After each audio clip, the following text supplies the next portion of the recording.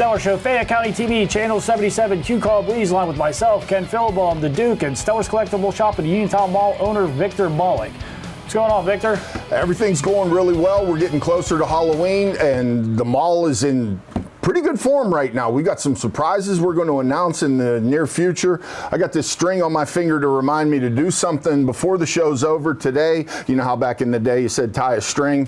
I really can't remember what I tied the string for. Well, I'm glad you said reminders, because we need to get our reminder into who our sponsor is, and that's Mike Kelly Toyota of Uniontown.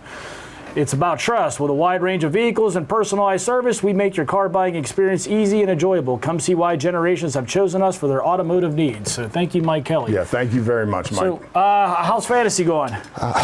Duke, I came to you. I asked you. I begged you. Could you fix my team? Lost all across the board. Lamar Jackson, you stink. There's a guy in Greensburg who I'm really mad at right now. Went to sleep. Had a lead, woke up, and Lamar Jackson goes crazy. I lose both games. Well, Duke, we stink. I'll tell you what, I had to bring a man in to do a boy's job. I took care of Adam for you last week. Thank goodness. Hung 50 on him. Good. So, you had the Lamar Jackson luck? No, I didn't need that. But I don't know what's going on here, but... I drink out of this. Things are going on so much. You're used to seeing me with the Stellar Cup. I'm just drinking straight out of the Normally when I thermos see people dressed like this, they're on the corner and I throw some change or inspirational quotes at them. So inspire us. Yes, right. So, speaking of showrunner Adam and I, we were down at the Penguin game last week, picked up got the Lemieux. There's always room for another stadium giveaway bobblehead of the greatest hockey player of all time. That's in cool. The Ken Cave. So, yeah. But we'll have some fun with this in the next segment. But you know what? While I was there, I'll tell you what. You're going to be coming to a Penn State game with us here in a couple of weeks. Can't wait. And this year, I've been getting outside of Pirate games. I haven't really dealt with it as much as Pirate games, but I'm getting way too much of just just horrible fans. I mean, look, I don't even know where to begin. You know what? Especially, this is something at hockey games, especially Penguin games. We've all watched Letterkenny. Yeah, you might want to flip that.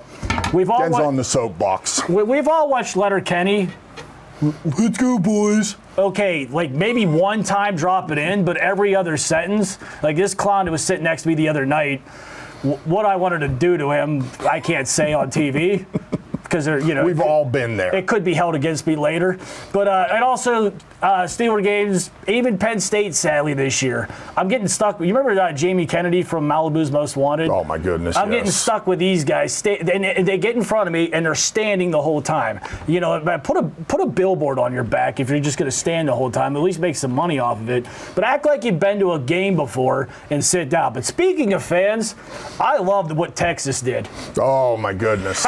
Yes. I'm sorry. That's wonderful. That was awesome. And you know what? These refs should be held accountable. You watched it before we filmed. What's your thoughts on that? My thoughts on that is that if they call it defensive pass interference, we're going to have to go back and look through the film to see what the line was, especially the over-under in that game, because if that isn't a flip on an over-under situation, I don't know what is. And if you guys are out there and you're on YouTube right now, you think that one was fun, look up the Cleveland-Jacksonville game from a couple years. 2001, somewhere there. Yeah. That's back when you could throw bottles of beer at people. Yeah, sadly you can't.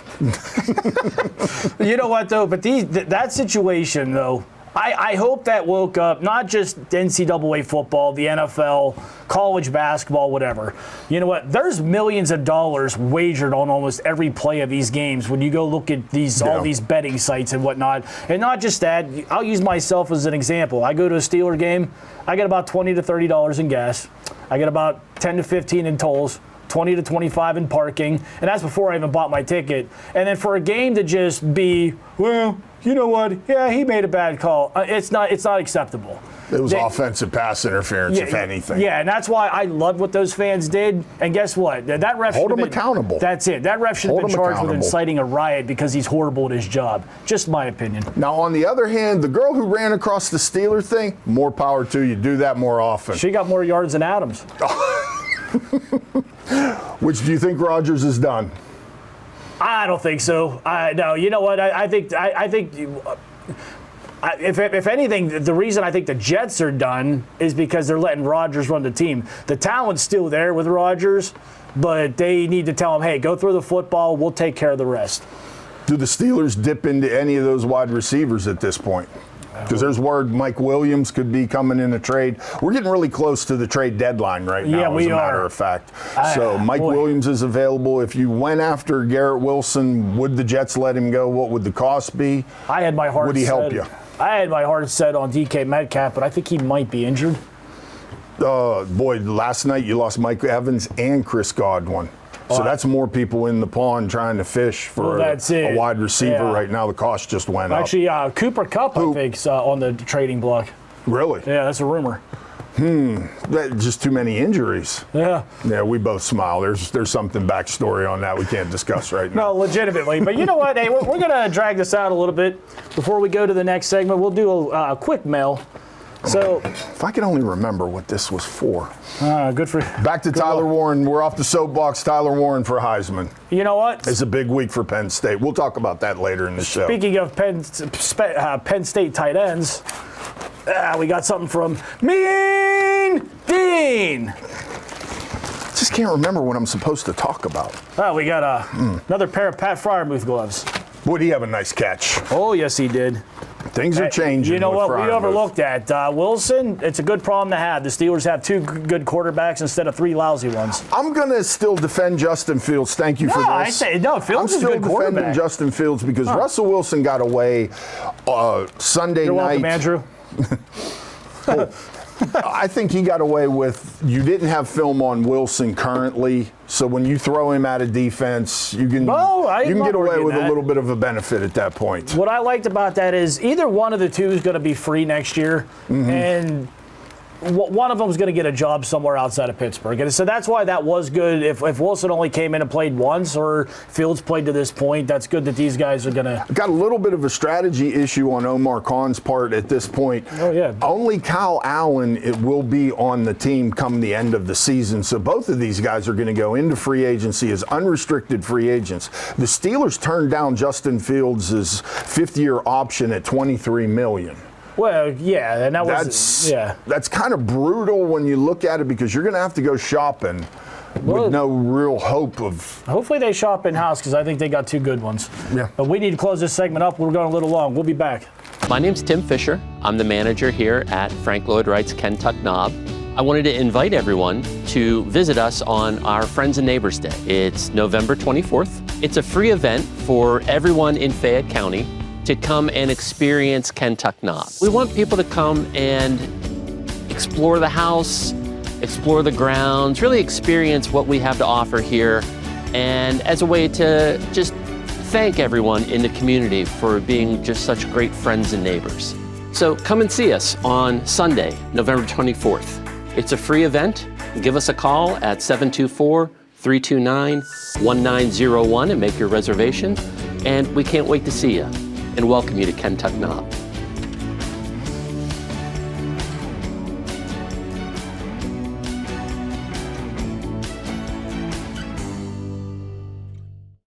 Welcome back to the Stellar Show, Fayette County TV, Channel 77, with myself, Ken Philbum, Duke's in hiding, and Victor.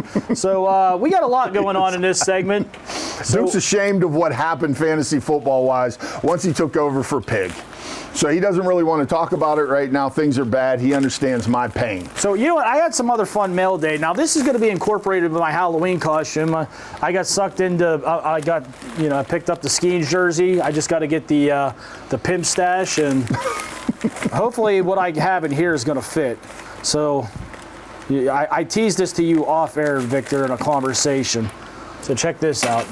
I don't know if I'm going to fit in these or not after I took a picture, but this is pretty cool. This is from the 2013 season, hopefully, unless I got to make a drive. Oh, wow. Actual pirate pants. 1339.42 OB. These are Clint Hurdle's pants. Yes, sir, from the 2013 season. Wow. Wow. I got these at a steal.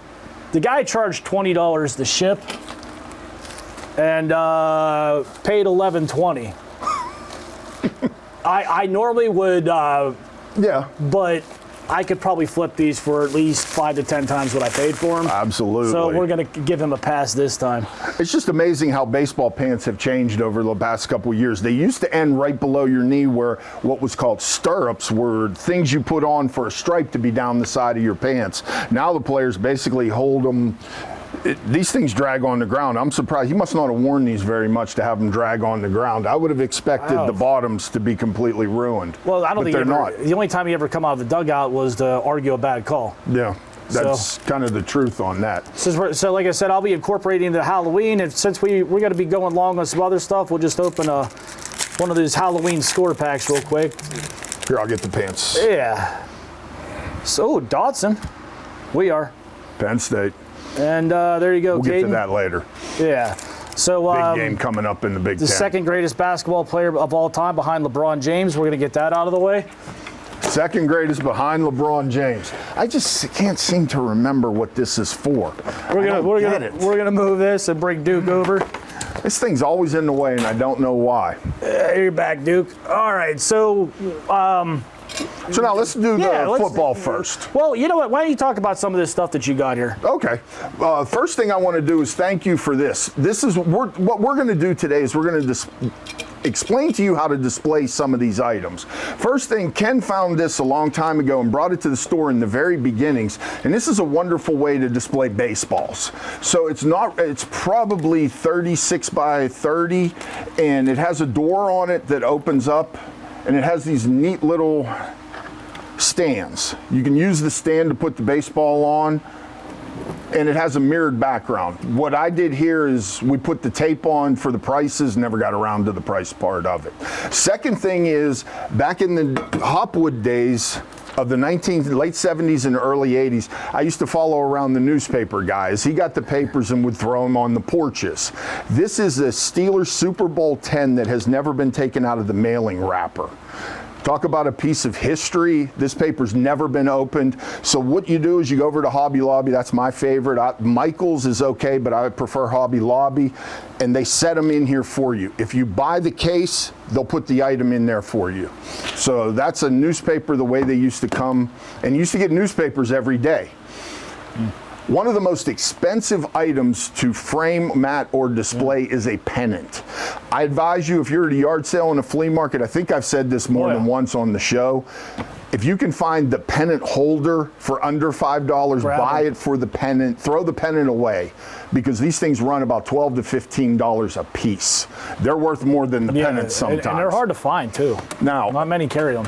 When you find items like this at yard sales, flea markets, etc., you can use these for a lot of different reasons. It has a felt thing inside of it. These sometimes guys use at baseball card shows to put their better cards in. What you can do with that, this is one of the most popular items a Steeler fan will ever have, is a terrible towel. Finding a way to display one of those is one of the most difficult, because you don't want to pin it. You want to basically just have a way for it not to be touched.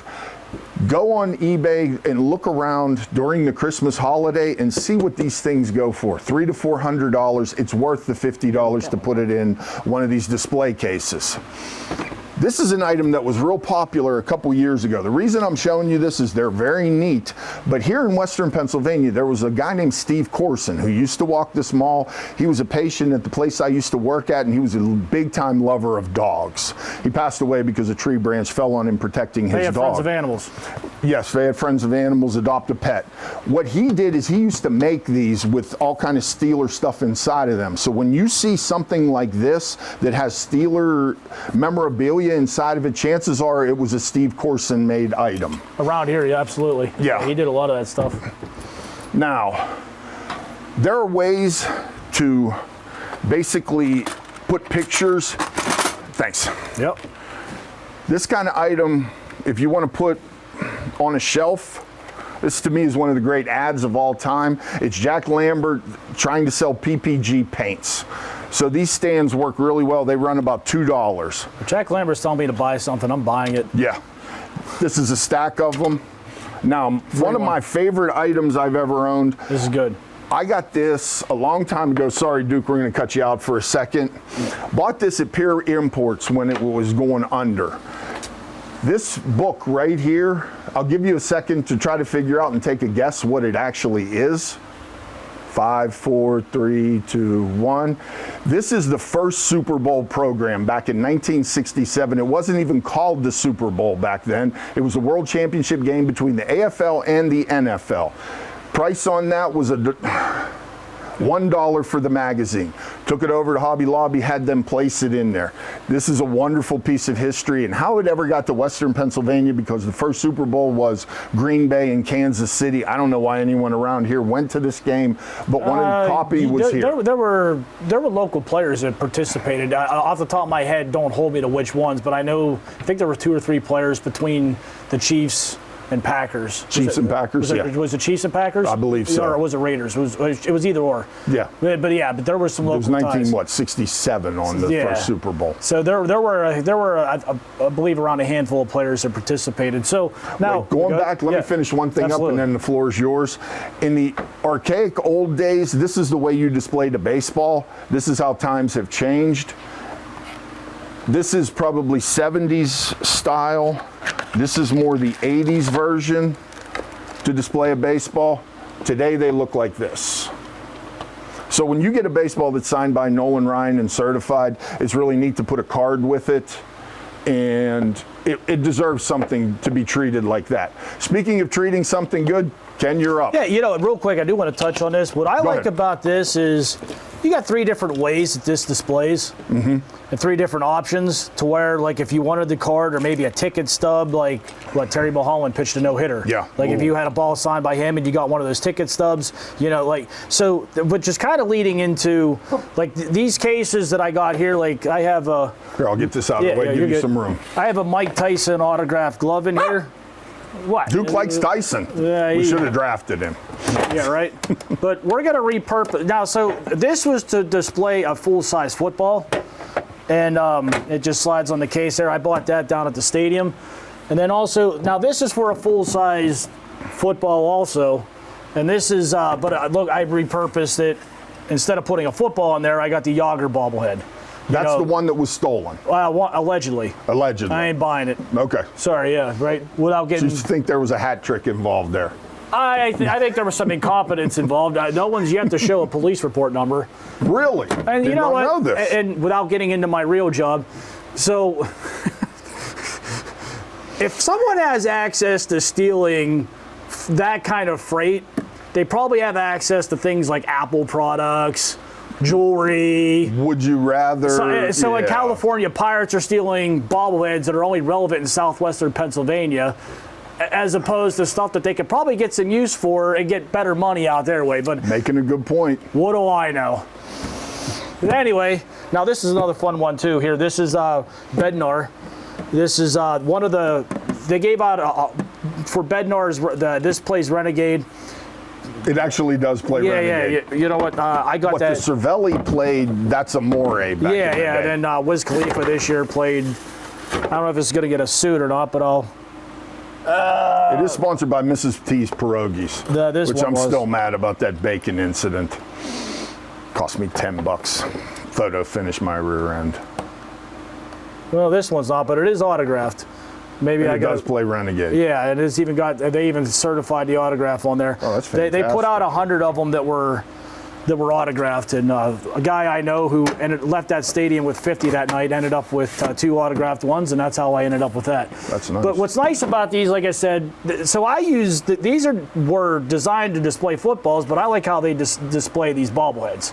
And you can go any way you want to, creating whatever designs you need to. There's no specific way. As long as it looks good and you're happy, that's really all that matters. Yeah, but these are a nightmare to open. They really are. But actually, I had a better. Wow. So we're gonna put Mike Tyson's. And when you get a Tyson glove, get a lefty.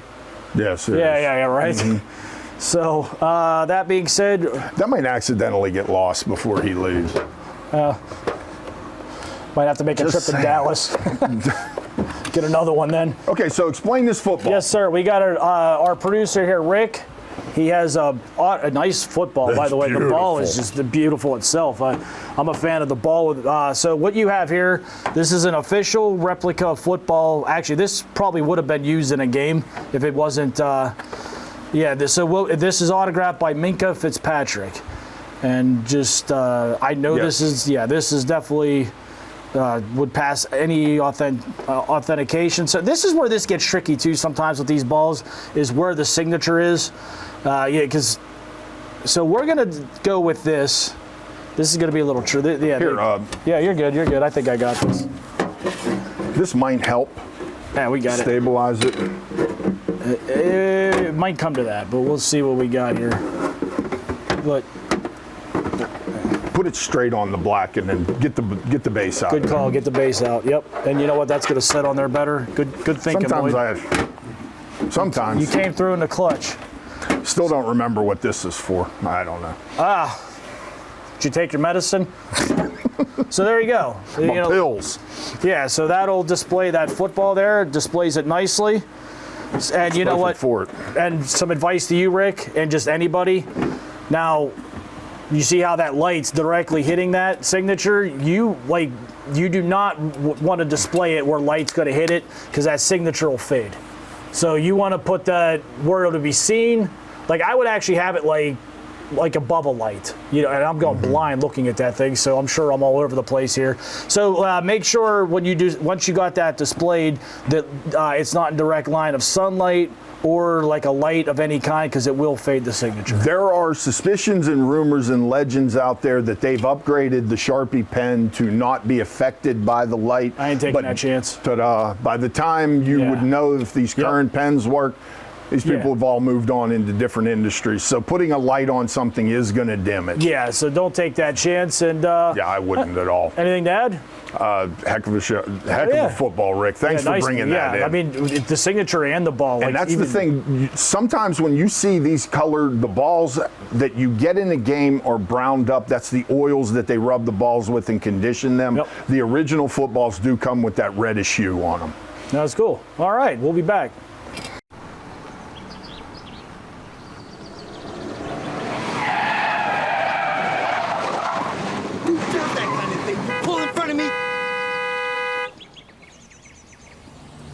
Daddy, we don't say words like that. Good examples. Pass them on.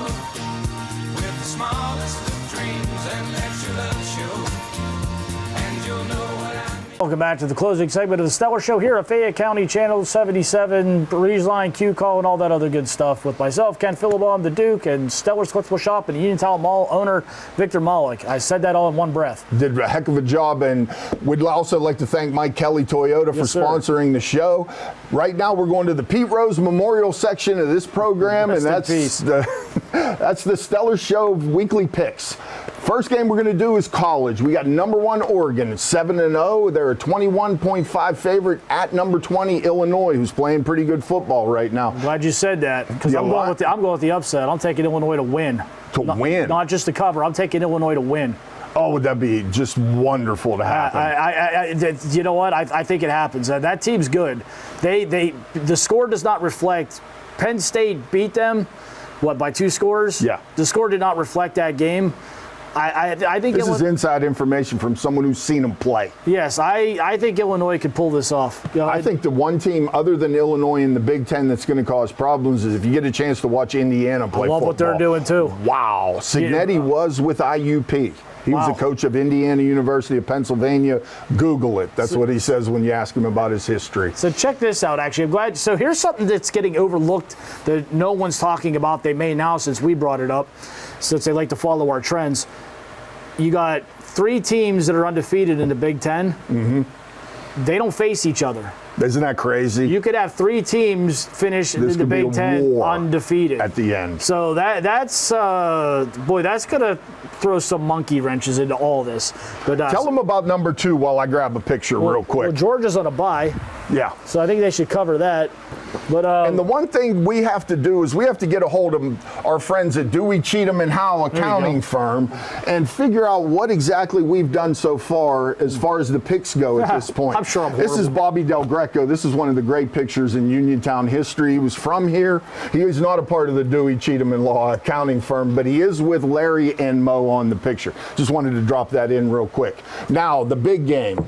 Penn State, as the Iron Sheik falls face forward. Cut him off. Mentioned Penn State, and Iran goes down. Penn State 6-0, minus 6.5 at Camp Randall in Wisconsin, the 5-2 Badgers. The over-under in that game is 47.5. Yeah, I think Penn State humble them, as the Sheik would say. So, yeah, I mean, Penn State's on a roll. It's a trap game. This is a whole week in college football of trap games. Here's something, if you really pay attention. Here's something that's getting overlooked, too. I love James Franklin, but he's maybe the worst coach ever coming off of a bye week. Oh, that's problematic. Yep. I like Penn State in the game. I like the under a whole lot more. Wisconsin doesn't tend to score, and at home, this might be a 14-13 game. So I'm taking Penn State and the under in that one. I'll go Penn State and under as well. Now the next one, I'm sorry, Ohio State's just going to lay a beating on Nebraska. Nebraska's a decent team. I think they cover the 22.5. I'd look for that game to go way over. Yeah, I'm taking Ohio State to cover that and the over. Is this basketball or like lacrosse or something? The only reason I put it on here is I want people to know I am somewhat a Syracuse alumnus. Oh, okay. They're playing a school somewhere north of here that no one really cares Hempfield? about, that they're 6-0. So Syracuse is at home up at the Carrier Dome, is getting 6.5. That's a Thursday nighter. Whatever that school up there is. And the over-under in that game is 61.5. I like the over in that game a lot, and I really don't care who wins. I'm with you. I think reality's going to settle in. Yeah, Pitt's had a good run to start the year off, jokes aside. But reality's going to settle in. If Syracuse doesn't finish them off, Miami will when they eventually see them. So. On to the NFL. First game we've got is the 4-2 Philadelphia Eagles are going to Cincinnati, who's trying to resurrect the season. They're at 3-4. The Eagles are giving the Bengals 2.5. Duke, they could use a man like you in Cincinnati. But I think the Eagles are going to go in there and roll them, and they'll cover the over's going to cover, and I'll take the Eagles.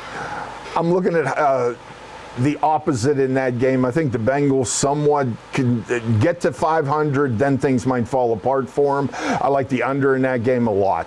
So next up here, I'll let you have this first. Ravens versus Browns. 11.5 favorite. The Ravens 44.5 over under. This is an upset special. If Dorian Thompson-Green, DTJ, whatever I hate those three initial designators. I'll take the Browns with 11.5. Monday night game with the Ravens, they're going to lay down on that one. Under again. I don't see much scoring in that game. I'm taking the Browns with the points. Well, the Browns got better at quarterback. Yeah, Deshaun Watson's awful. You know what? He just does. Here's what everyone overlooks with Deshaun Watson. My opinion, he was one of those fantasy guys that I would get. He would put up numbers, but he would get those numbers in the fourth quarter when they were down 35-10. The Jason Bay syndrome. There you go. Yeah, he got them when they didn't matter. So I like the Ravens to cover, and I like the over. Okay.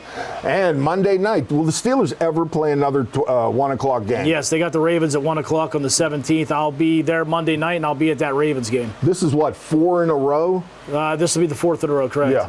I believe. So Sunday, 4:30, Sunday, now Monday night. Steelers and the Giants. The Giants are getting 6 from the Steelers. The Giants are 2-5. Steelers are 5-2. They need more than 6. Yeah, the Steelers are covering that, and I think the Steelers could cover that over by themselves. Especially what we've seen out of Russell Wilson after he got warmed up. And we touched on it a little bit. It's a good problem to have. Justin Fields and Russell Wilson will both be starting somewhere next year. Hopefully at least one of them starting here in Pittsburgh. I like both. I'll take either one. Right now, the Steelers have scored over 30 points in 3 of the last 4 games? That's why that's safe to go over. Yeah, and look for the defense to score a touchdown on Monday night. All right, man, we got to wrap this up. So, you know what's going on here? There's something I'm supposed to remember. Yeah, but as far on my end, I can't keep track of my own stuff, let alone yours. Yeah, so I you can't don't help you remember. out there. Rise Wrestling? Rise Wrestling is next.